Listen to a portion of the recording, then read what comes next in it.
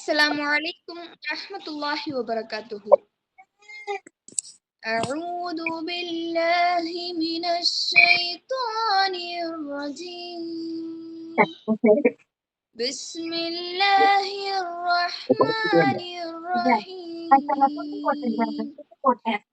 الرحمن علم القرآن خلق الإنسان علمه البيان الشمس والقمر بحسبان والنجم والشجر يسجدان والسماء رفعها ووضع الميزان ألا تطغوا في الميزان وأقيموا الوزن بالقسط ولا تخسروا الميزان والأرض وضعها للأنام.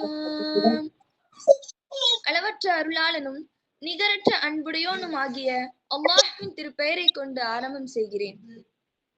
அளவற்ற அருளாளன் குர்ஆனை கற்றுக் கொடுத்தான், மனிதனை படைத்தான், விளக்கும் திறனை அவனுக்கு கற்றுக் கொடுத்தான். சூரியனும் சந்திரனும் கணக்கின்படி இயங்குகின்றன, மரங்களும் செடி கொடிகளும் அவனுக்கு பணிகின்றன. அவன் வானத்தை உயர்த்தினான், நிற்பதில் நீங்கள் வரம்பு மீறாதிருக்கவும் நியாயமாக எடையை நிலைநாட்டவும் எடையில் குறைத்து விடாதிருக்கவும் தராசை நிறுவினான். பூமியை மனிதர்களுக்காகவே அல்லாஹ் அமைத்தான். அஸ்ஸலாமு அலைக்கும் வரஹ்மத்துல்லாஹி வபரகாத்துஹு. أعوذ بالله من الشيطان الرجيم. بسم الله الرحمن الرحيم. رب اشرح لي صدري ويسر لي أمري واحلل عقدة من لساني يفقهوا قولي أما بعد. இங்கு கூடியுள்ள அனைவருக்கும் எனது சலாத்தினை தெரிவித்துக் கொள்கிறேன். அஸ்ஸலாமு அலைக்கும் வரஹ்மத்துல்லாஹி வபரகாத்துஹு. இன்று நான் எடுத்துக்கொண்டுள்ள தலைப்பு நட்பு. நட்பு அப்படின்னு சொன்னாலே நம்ம எல்லாருக்குமே ஒரு புத்துணர்ச்சியும் சந்தோஷமும் கிடைக்கதா செய்யுது. நண்பர்கள் அப்படின்னா சும்மாவா? நண்பர்கள் இல்லாத வாழ்க்கை நரம்பற்ற வீணைக்கு சமம் அப்படின்னு சொல்றாங்க. அழகான, அன்பான, அழுத்தமான நட்புக்கு அணிகலன் இருக்கு. அன்பு ஆழமாக இருந்தா நண்பனுக்கு வழிகாட்டும், வழி கெடுக்காது, கை கொடுக்கும், கை விடாது. சிலர் சொல்வதை நம்ம கேட்டிருப்போம், நான் முன்னாடியெல்லாம் நல்ல வணக்கசாலியா இருந்தேன், வழிபாடுகளை எல்லாம் கரெக்டா பண்ணிட்டு வந்துட்டு இருந்தேன் அப்படின்னு. ஆனா என்னமோ தெரியல, இப்போதான் இப்படி ஆயிட்டேன் அப்படின்னு சொல்லுவாங்க. ஏன் இப்படி சொல்றாங்கங்கிற காரணம் தெரியுமா? வேற எந்த காரணமுமே கிடையாது. அவங்க சேர்த்து கொண்ட அந்த நட்பு வட்டாரம் தான். பெண்கள்ல சில பேர் சொல்லுவாங்க, நான் முன்னாடியெல்லாம் இஸ்லாமிய நடைமுறை பேணி நடந்தேன், ஆனா இப்போதான் இப்படி ஆயிட்டேன். இதுக்கும் காரணம் என்ன? கெட்ட நட்பு தான். கெட்ட நட்பு நம்ம வட்டாரத்தை வச்சுக்கிட்டோம் அப்படின்னா கண்டிப்பா தீமையில தான் அது போய் நமக்கு முடியும். இவங்க சொல்றதெல்லாம் உண்மைதான். காரணம் என்ன அப்படின்னா ஒன்னே ஒண்ணுதான், நட்பு வட்டாரத்தை நம்ம சரியா பாத்துக்காதது மட்டும்தான். இறைவன் ஏற்பாட்டில் நல்ல நட்பு சொர்க்கத்துக்கு வழிகாட்டும். நல்ல நட்பு தான் நன்மை செய்ய வழி கொள்ளும். நல்ல நட்பு தான் பாவத்தை தவிர்த்து கொள்ளும், பாதைய அமைச்சு கொடுக்கும். நல்ல நட்பு தான் இறை நம்பிக்கை அப்படிங்கிற ஈமான்ல உறுதியாக நம்மள இருக்க வைக்கும். நல்ல நட்பு தான் கண்ணுக்கு இமை போல பெண்ணுக்கு ஹிஜாபாக பேண உபதேசம் செய்யும். நண்பர்கள் 3 வகைகளா இருக்காங்க அப்படின்னு சொல்றாங்க. அதுல முதல் வகையை பார்த்தோம் அப்படின்னா மார்க்கப்பற்று மிக்கவன். இவன் இறை வழிபாட்டிற்கே வழிகாட்டுவான். மார்க்கப்பற்று மிக்கவனுடைய நட்பு நமக்கு கடைசி வரைக்கும் தேவை. ஏன் அப்படின்னா அவன் கடைசி வரைக்குமே அல்லாஹ்வுடைய நினைவூட்டல நமக்கு கொடுத்துட்டே இருப்பான். இரண்டாவது வகையினரை நம்ம பார்த்தோம்னா பெரும் பாவி. இவனோட நட்பை நம்ம வச்சுக்கவே கூடாது, அது கடைசியில நம்ம உயிருக்கே உழையாத முடியும். பாவத்தை தவிர வேற எதையுமே இவன் எதிர்பார்க்க மாட்டான். மூணாவது வகையினரை பார்த்தோம் அப்படின்னா அப்பாவி. அப்பாவி அப்படிங்கிற பேரை கேட்கும் போதே தெரியுது, அடப்பாவி அப்படிங்கிற நிலைமைக்கு அவன் நம்மளை ஆக்கிடுவான். இந்த அப்பாவியோட நட்பை தான் ரொம்ப ஆபத்தானது அப்படின்னு சொல்றாங்க. ஏன்? அப்பாவி தானே, அவனுடைய நட்பையா நமக்கு ஆபத்தா இருக்கு அப்படின்னு கேட்டா, அவன் நன்மையை செய்யவும் நம்மளை விட மாட்டான், தீமை செஞ்சா அதுல இருந்து தடுக்கவும் மாட்டான். அதனாலதான் அவனோட நட்பு ரொம்ப ஆபத்தானது அப்படின்னு சொல்றாங்க. பெரும்பாவியோட நட்பு நம்ம வச்சுக்கிட்டோம் அப்படின்னா கிட்ட இருந்து விலகிருங்க, இல்லைன்னா உங்களோட உயிருக்கே உத்தரவாதம் இருக்காது, அந்த அளவுக்கு பாவ செயல்களை உங்களை செய்ய வச்சிருவான் அப்படின்னு சொல்றாங்க. ஆனா மார்க்கப்பற்றுள்ள தீன்தாரியின் நட்பை கடைசி வரைக்கும் உங்க வாழ்நாள்ல கைவிட்டுறவே சேராதீங்க. ஏன்னா அது உங்களோட உலக வெற்றிக்கும் மறுமை வெற்றிக்கும் வழிகாட்டக்கூடிய ஒரு நட்பா அமையுது அப்படின்னு சொல்லி சொல்றாங்க. வாழ்க்கையில நண்பனால வெற்றி பெற்றவங்களும் இருக்காங்க, நண்பனாலேயே வழி கெட்டவனும் இருக்காங்க. தவறுகள் தனிமையிலேயே உருவாகுது? கண்டிப்பா கிடையாது. அதுக்கு பின்னாடி கண்டிப்பா ஒரு நட்பு வட்டாரம் இருக்கதா செய்யுது. மது தனியா இருக்கறனாலயா நம்ம அடிக்கிறோம்? கண்டிப்பா கிடையாது. புகைப்பிடிக்கிறது தனியா இருக்கறனாலயா நம்ம பண்றோம்? கண்டிப்பா கிடையாது. அதுக்கு பின்னாடி அந்த நட்பு வட்டாரங்களோட நெருங்கிய தொடர்பு கண்டிப்பா இருக்கும். கெட்ட விஷயங்களுக்கும் நட்பு வட்டத்திற்கும் ரொம்ப நெருங்கிய தொடர்பு இருக்கு. நபி ஸல்லல்லாஹு அலைஹி வஸல்லம் அவர்கள் கூறினார்கள், ஒருவன் தன் தோழனின் மார்க்கத்திலேயே இருக்கின்றான். எனவே உங்களில் ஒவ்வொருவரும் யாருடன் நட்பு வைத்திருக்கிறீர்கள் என்று கவனிக்கட்டும். நம்மளுடைய நண்பனுடைய மார்க்கத்துல தான் நம்மளும் இருக்கோம் அப்படின்னு சொல்லி ரசூலுல்லாஹ் சொல்றாங்க. அப்ப அந்த நண்பனுடைய மார்க்கம் எப்படிப்பட்டதா இருக்கணும்னு நம்ம பார்த்து கவனிச்சு நட்பு வைக்கணும் இல்லையா? நண்பனால வழி கெட்டவன் அப்படின்னு வரலாற்றுல அபூஜஹல வச்சு ஒரு வரலாறு இருக்கு. அபூஜஹலும் உக்பா பின் அபி மூத்தும் நெருங்கிய நண்பர்களா இருந்தாங்க. மக்காவுடைய ஆரம்ப நாட்கள்ல நபி ஸல்லல்லாஹு அலைஹி வஸல்லம் அவர்கள் இஸ்லாமிய பரப்புரைய செய்து கொண்டிருந்தாங்க. ஒரு நாள் உக்பாவுடைய உற்ற நண்பனான அபூஜஹல் வியாபாரத்திற்காக வெளியூருக்கு போனான். உக்பா நண்பர்கள் இல்லாம தவிச்சிட்டு மக்கால திரிஞ்சிட்டு இருந்தான். அந்த டைம்ல தான் நபித்தோழர்கள் சிலருடன் அவனுக்கு பழக்கமாகுது. நபி ஸல்லல்லாஹு அலைஹி வஸல்லம் அவர்களுடைய நல்லுரையையும் கேட்க சந்தர்ப்பமும் கிடைக்குது. இது எல்லாமே அவன் தெரிஞ்சு நபிகளாரோட நெருக்கமும் ஏற்படுது. அதுக்கப்புறமா இஸ்லாத்தை நான் ஏத்துக்கிறேன் அப்படின்னு சொல்லி ரசூல்லா கிட்ட ஒரு நாள் போய் அவன் வாக்கும் கொடுக்கறான். ஆனா அவனுடைய துரதிருஷ்டம், மறுநாள் அபூஜஹல் பயணத்திலிருந்து திரும்பி வந்துட்டான். திரும்பி வந்த அவனுடைய நண்பனை பார்த்து பிரிந்த அந்த சந்தோஷத்துல இரவோடு இரவாக அவனோட நண்பன் கிட்ட போய் அந்த ஒரு நாள் நடந்த எல்லா விஷயங்களையுமே சொல்லிடுறான். பேச்சோட பேச்சா ரசூல்லாவை சந்திச்சது, நாளைக்கு அவன் இஸ்லாத்தை ஏக்க போது முதற்கொண்டு எல்லாத்தையுமே சொல்லிட்டான். அவ்வளவுதான். அபூஜஹலுக்கு இதுக்கு மேல கோபம் ஏறதுக்கு ஒரு காரணம் வேணுமா? உடனே அபூஜஹல் ரொம்ப கோவத்தோட உக்பா கிட்ட சொல்றான், உனக்கு நான் வேணுமா இல்ல முகமது வேணுமா? என்னுடைய நட்பு உனக்கு வேணும் அப்படின்னா நீ முகமதுடைய மூஞ்சில போய் காரி துப்பிட்டு வா அப்படின்னு சொல்லி ஒரு இழிவு செயலை அவனை செய்ய சொல்லி தோன்றான்.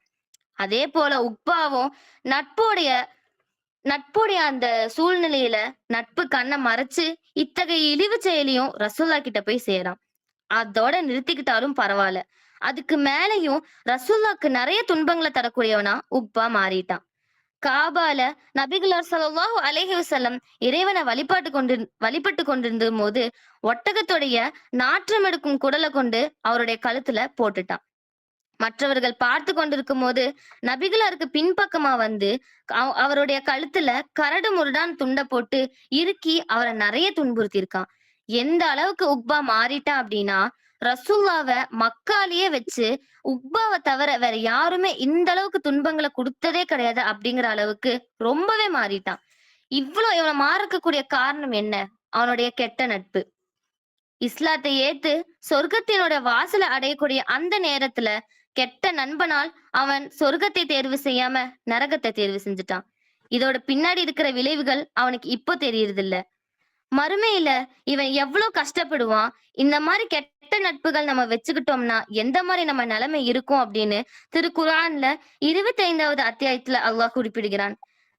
மேலும் அந்நாளில் கொடுமை புரிந்த மனிதன் தன்னுடைய கைகளை கடித்தபடி கூறுவான், அந்தோ நான் இறைத்தூதருக்கு துணை புரிந்திருக்க கூடாதா? ஐயகோ எனது துர்பாக்கியமே, நான் இந்த மனிதனை நண்பனாக்காமல் இருந்திருக்க வேண்டுமா? நான் அவனுடைய வழிகேட்டுக்கு பழியாகி என்னிடம் வந்த அறிவுரையை ஏற்காமல் இருந்து விட்டேனே அப்படின்னு மறுமையில கூறுவாங்க. இப்படி மறுமையில கூறுறனால மட்டும் எல்லாமே மாறிடுமா? அது இம்மையிலேயே புரிஞ்சு நம்ம விலகி கொண்டாதானே இந்த மாற்றம் நமக்கு அங்க வராம இருக்கும்.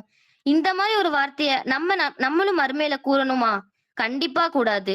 கெட்ட நட்பு இருந்தா கண்டிப்பா இத்தகைய நிலைமைதான் உங்களுக்கு மறுமையில இருக்கும் அப்படின்னு சொல்லி ஒரு உதாரணமாக அபூஜஹலையும் உக்பாவுடைய நட்பையும் எடுத்து காட்டியிருக்காங்க. இதே போல நேர்வழி காட்டக்கூடிய நட்புக்கு, நல்ல நட்புக்கு உதாரணமா உமர் ரலியல்லாஹு அவர்களையும் ஐயாஷ் இப்னு ரபியா அவங்களுடைய வரலாறையும் குறிப்பிடுறாங்க. உமர் பின் கத்தாப் ரலியல்லாஹும் ஐயாஷ் இப்னு ரபியா ரலியல்லாஹு அன்ஹு அவர்களும் சிறந்த வரலாற்றுக்கு எடுத்துக்காட்டுகளா இருக்காங்க. இவங்க மக்கா மாநகர்லயே சிறந்த நண்பர்களும் நெருங்கிய தோழர்களுமாக இருந்தாங்க. இப்படி இருக்கிற ஒரு சமயத்துல நிராகரிப்பாளர்களோட அடக்குமுறைய தாங்க முடியாம மதீனாவுக்கு புலம்பெயர்ந்துடலாம் அப்படின்னு சொல்லி உமர் ரலியல்லாஹும் ஐயாஸ் ரலியல்லாஹு அன்ஹுவும் ஒரே ஒட்டகத்துல ஏறி புறப்படலாம் தயாராகி நிக்கிறாங்க. இந்த விஷயம் அபூஜஹலோட காதுக்கு எத்திருச்சு. விட்டுருவானா அவன்? உடனே ஓடி வந்து தூரமா நின்னுட்டு, ஐயாஷே ஐயாஷே, உன்னுடைய தாயார் நீங்க போறேன்னு சொல்லி நான் சாப்பிட மாட்டேன், நான் என்னோட வீட்டுல ஒதுங்க மாட்டேன், இங்கேயே தான் இருப்பேன்னு சொல்லி ரொம்ப அடம்பிடிக்கிறாங்க, அவங்களோட நிலைமை ரொம்ப மோசமா இருக்கு, நீ சீக்கிரம் வா அப்படின்னு சொல்லி கூப்பிடுறான். கதறி ஒப்பாரி வைக்கிறான். தாயல்லவா? ஐயாஷோட மனமும் லைட்டா மாறுது. உடனே அவர் அருகில் இருந்த உமர் ரலியல்லாஹு கிட்ட, உமரே, இது என்னோட தாயார், நான் திரும்பி போறேன் அப்படின்னு சொல்றாரு. மதீனாக்கு நான் வரல அப்படின்னு சொன்னதும் உமர் ரலியல்லாஹு சொல்றாங்க, வேண்டா ஐயாஸ், அவனை நம்பாத, உன்னை எப்படியாவது மக்கள் திரும்பி கூட்டிட்டு போகணும் அப்படிங்கறதுக்காக தான் போனேன்னா உனக்கு நிறைய சோதனைகள் இருக்கும், தயவு செஞ்சு அவனோட பேச்சை கேட்காத, நீ இஸ்லாத்தை விட்டுரு அப்படின்னு சொல்லி அவனை நிர்பந்தம் செய்வாங்க, தயவு செஞ்சு போகாத ஐயாஸ் அப்படிங்கிறாங்க. ஆனா ஐயாஸ் ரலியல்லாஹு, உமரே, அது என்னோட தாய் அப்படிங்கிறாங்க. உமர் ரலியல்லாஹு மறுபடியும், வேண்டாம், உனக்கு துன்பங்கள் தரதான் அவங்க அழைக்கிறாங்க, நான் சொல்றத கேளு அப்படிங்கிறாங்க. ஆனா ஐயாஸ் ரலியல்லாஹு முடிவா சொல்றாரு, இல்ல உமர், நான் சொல்றேன்ல, நான் போகிறேன், நான் வரல அப்படின்னு சொல்லிட்டாங்க. நல்ல நட்பா இருக்கிறவங்க இந்த நண்பனை எப்படியோ போன்னு விட்டுருவாங்களா? கண்டிப்பா கிடையாது. ஒரு நாளும் நல்ல நட்பு அவங்கள கைவிடாது. உடனே உமர் ரலியல்லாஹு ஐயாஷ் கிட்ட சொல்றாங்க, கண்டிப்பாக நீ திரும்பி போய் தான் ஆகணும்னு முடிவு எடுத்துட்ட. சரி, என்னோட ஒட்டகத்தையும் உன் கூடயே கூட்டிட்டு போ. என்னைக்காவது உனக்கு மதீனாக்கு திரும்பி வரணும் அப்படின்னு ஆசை வந்துருச்சுன்னா என்னோட ஒட்டகம் உனக்கு உதவியா இருக்கும் அப்படின்னு சொல்லி சொல்றாங்க. நல்ல நண்பனோட ஆவலை பாத்தீங்களா? அவரு எக்கேடோ கெட்டு போகட்டும் அப்படின்னு சொல்லி நினைச்சிருந்தா உமர் ரலியல்லாஹு அப்பவே அந்த இடத்தை விட்டு நகர்ந்திருக்கலாம். ஆனா அவருடைய நண்பன் இது எல்லாத்தையும் புரிஞ்சு நல்ல திசைக்கு வரணும் அப்படிங்கறதுக்காக பாடுபடுறாரு. உடனே ஒட்டகத்தையும் எடுத்துட்டு ஐயாஸ் ரலியல்லாஹு மக்காவுக்கு திரும்பி போறாங்க. நண்பன் சொன்ன மாதிரியே, உமர் ரலியல்லாஹு சொன்ன மாதிரியே ஐயாஸ் ரலியல்லாஹுக்கு மக்கால நிறைய துன்பங்களை கொடுக்கறதுக்கு ஆரம்பிச்சுட்டாங்க. அவரு மக்காக்குள்ள கால் எடுத்து வச்சதுமே அவரை கயிற்றால கட்டி அபூஜஹல் கொடுமைப்படுத்த ஆரம்பிச்சுட்டான். இஸ்லாத்தை விட்டு விடு அப்படின்னு சொல்லி நிறைய துன்புறுத்தல்களை கொடுக்க ஆரம்பிச்சிட்டான். மறுபுறம் மதீனாக்கு உமர் ரலியல்லாஹு ஐயாஷோட நினைப்பிலேயே போய் அங்கேயே அவரை நினைச்சு வருந்தி கொண்டிருக்காங்க. அல் குர்ஆன் வசனங்கள் புதிதாக இறங்குச்சுன்னா உடனே ஐயாஷ் ரலியல்லாஹுக்கு அதை எழுதி மக்காக்கு வியாபாரத்துக்கு போகக்கூடியவங்க கையில கொடுத்து ஐயாஷ்க்கு அனுப்பி வைப்பாங்க. அப்படி அவர் கடைசியா ஐயாஷுக்கு அனுப்பின குர்ஆன் வசனம், நபியே, கூறுவீராக, தங்கள் ஆண் மக்களுக்கு கொடுக்கப்படும் இழைத்து கொண்ட என் அடிமைகளே, அல்லாஹ்வின் கருணை பற்றி நம்பிக்கை இழந்து விடாதீர்கள். சின்னமாக அல்லாஹ் எல்லா பாவங்களையும் மன்னித்து விடுகின்றான், அவன் பெரிதும் மன்னிப்பவனும் கருணையாளனும் ஆவான். திருக்குர்ஆன் 39வது அத்தியாயத்துல இந்த வசனம் அருளிருக்கு. இந்த வசனம் ஐயாஸ் ரலியல்லாஹோட கையிலயும் கிடைக்குது. அத படிச்சதுமே அழுகுறாரு. இங்கிருந்து எப்படியாவது நம்ம தப்பிச்சு உமர் கிட்ட போயிடணும் அப்படின்னு சொல்லி யோசிக்கிறாரு. உடனே உமர் ரலியல்லாஹோட ஒட்டகம் அவரோட கண்ணுல படுது. அதை எடுத்துட்டு நேரா மதீனாக்கு வந்தடைகிறாரு. பின்னர் மேன்மக்கள்ல ஒருவரா ஐயாஷ் ரலியல்லாஹு அன்ஹு அவர்களும் மாறிவிட்டாரு. இதெல்லாம் யாருனால? நல்ல நட்புனாலதான். அபூஜஹல் உக்பாக் கொடுத்த அறிவுரை நல்லதா, இல்ல உமர் ரலியல்லாஹு ஐயாஷ் ரலியல்லாஹுக்கு கொடுத்த அறிவுரை நல்லதா? நம்மளே சிந்திச்சு பார்க்கணும் இல்லையா? இதுல இருந்தே புரியுது கெட்ட நட்பு நல்லதா, நல்ல நட்பு நல்லதான்னு. நம்மளோட வாழ்க்கையில உமர் ரலியல்லாஹுவும் ஐயாஷ் ரலியல்லாஹுவும் போல ஒரு நட்பு தான் நமக்கு தேவைப்படுது. அந்த மாதிரி ஒரு நட்பு கிடைச்சதுன்னா இம்மையிலயும் வெற்றி கிடைக்கும், மறுமையிலயும் அதை கொண்டு வெற்றி கிடைக்கும். அல்லாஹ் என்ன சொல்றான்? அர்ஷினுடைய நிழல்ல அல்லாஹுக்காகவே நட்பு சேர்ந்து அல்லாஹுக்காகவே பிரியக்கூடிய நண்பர்களுக்கு அர்ஷினுடைய நிழல் கிடைக்குது அப்படின்னு சொல்றாங்க. அப்ப இப்படிப்பட்ட நட்பு அந்த மாதிரி ஒரு நட்பு தானே. அந்த மாதிரி ஒரு நட்பு நம்ம விரும்புவோமா, இல்ல அபூஜஹலை போல ஒரு இழிவு செயலை செய்ய சொல்லி தூண்டக்கூடிய நட்புக்கு நம்ம ஆசைப்படுவோமா? நபிமார்களுக்கும் நல்ல நட்பு தேவைதான். இறை தூதர் ஸல்லல்லாஹு அலைஹி வஸல்லம் அவர்களுக்கு இவ்வாறு இறைவன் கூறுகின்றான், எவர்கள் தம்முடைய இறைவனின் திருப்தியை நாடி காலையிலும் மாலையிலும் அவனை அழைக்கிறார்களோ அவர்களுடன் சேர்ந்து இருப்பதில் உமது மனத்தை திருப்தி கொள்ள செய்வீராக. ஒருபோதும் உமது பார்வையை அவர்களை விட்டு திருப்ப வேண்டாம். திருக்குர்ஆன் 18வது அத்தியாயத்துல அல்லாஹ் இப்படி கூறியிருக்கான். யார் அல்லாஹ்வை காலையிலயும் மாலையிலயும் விடாம வணங்கி அவங்க கூட இருக்கிற நண்பர்களுக்கும் அல்லாஹுடைய நினைவூட்டல தராங்களோ அப்படிப்பட்ட நட்புல இருந்து உங்க முகத்தை திருப்பிடாதீங்க, அவங்கள உங்க கூடயே வைங்க அப்படின்னு சொல்லி அல்லாஹ் வலியுறுத்துறான். ஏன் அப்படி சொல்றான்? ஏன்னா காலையிலயும் மாலையிலயும் ஒருவன் அல்லாஹ்வுடைய நினைவூட்டிட்டே இருக்கும்போது அந்த இடத்துல எப்படி ஒரு தப்பு நடக்கும் இல்லையா? இத நம்ம யோசிச்சு பார்க்கணும். மறுமையிலயும் நல்ல நட்பு கண்டிப்பா பயன் தரும். மறுமை அப்படிங்கிறது ரொம்ப கொடூரமான ஒரு நாளாக கெட்டவர்களுக்கு இருக்கும். மனிதர்கள் ஒருவரை ஒருவர் கண்டு மற்றவர் விரண்டு ஓடுவர். தன்னை தவிர வேற யார பற்றியும் அவங்க அந்த நேரத்துல கவலைப்பட மாட்டாங்க.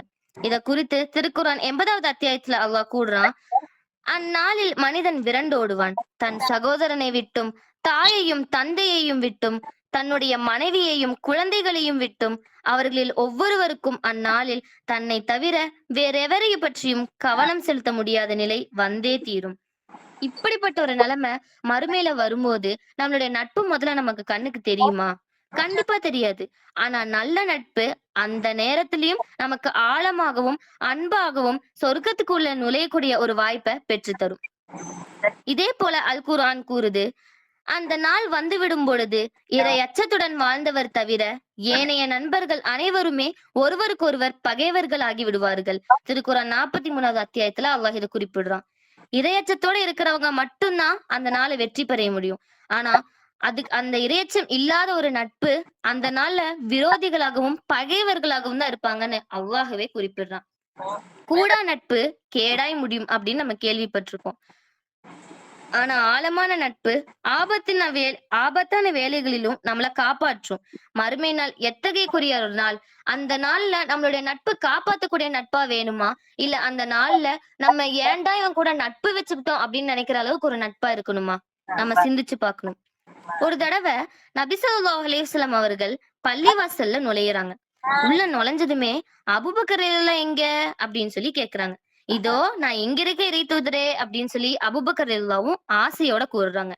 அடுத்ததா ரசூலுல்லாஹ் கேக்குறாங்க, "உமர் எல்லாம் எங்க?" அப்படின்னு. இதோ நான் இங்க இருக்கிற ரசூலுல்லாஹ் அப்படின்னு சொல்லி உமர் ரலியல்லாஹு சொல்றாங்க. அவங்க 2 பேத்தையுமே அழைத்து அவரோட அருகில உட்கார வச்சு அபூபக்கர் ரலியல்லாஹு அவரோட வலப்பக்கமாகவும் உமர் ரலியல்லாஹுவ தமது இடப்பக்கமாகவும் உட்கார வச்சு அவர்களோட கைகளை பிடித்து உயர்த்தியவாறு ரசூலுல்லாஹ் சொல்றாங்க, மறுமையில் நாங்கள் இவ்வாறுதான் எழுப்பப்படுவோம். மாஷா அல்லாஹ், எவ்வளவு அற்புதமான ஒரு காட்சி இது இல்லையா? இந்த மாதிரி நம்மளுடைய நட்பும் நம்ம உதாரணம் காமிச்சு இதே மாதிரிதான் நாங்க எழுப்பப்படுவோம்னு சொல்லணும் அப்படின்னா அந்த அளவுக்கு நம்மளோட நட்பு கண்ணியமிக்க கூடியதா இருக்கணும்.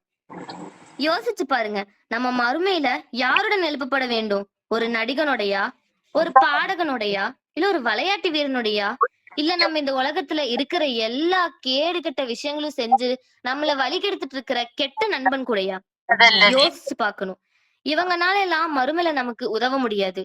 கண்டிப்பா இவங்க உதவ நினைச்சாலும் அது அவங்கனால முடியாது. ஆனா நல்ல நட்பு நிச்சயம் மறுமையில நமக்கு உதவி பெறும். இதுக்காக ஒரு அழகிய கவிதைய இங்கு குறிப்பிட்டிருக்காங்க. காலை நேர நிழல் நேரம் காலை நேர நிழல் நேரமாக ஆக குறையும். மாலை நேர நிழல் நீண்டு கொண்டே போகும்.